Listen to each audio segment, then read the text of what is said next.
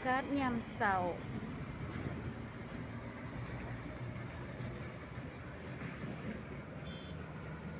ธรรมศาสตร์งามแท้เด้ตอนเช้าก็สิประมาณนี้แหละ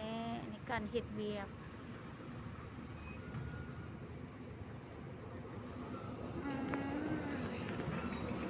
ดูความงามแจ่มน้ำคลองอากาศมื้อนี้ดีบ่มีแดดมีหมอกหลาย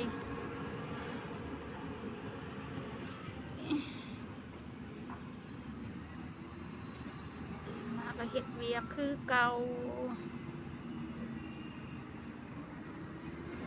หลวงพระบางเด้อเมืองจอมเพชรบ้านห้วยยอมองได้ธรรมศาสตร์คุณนะ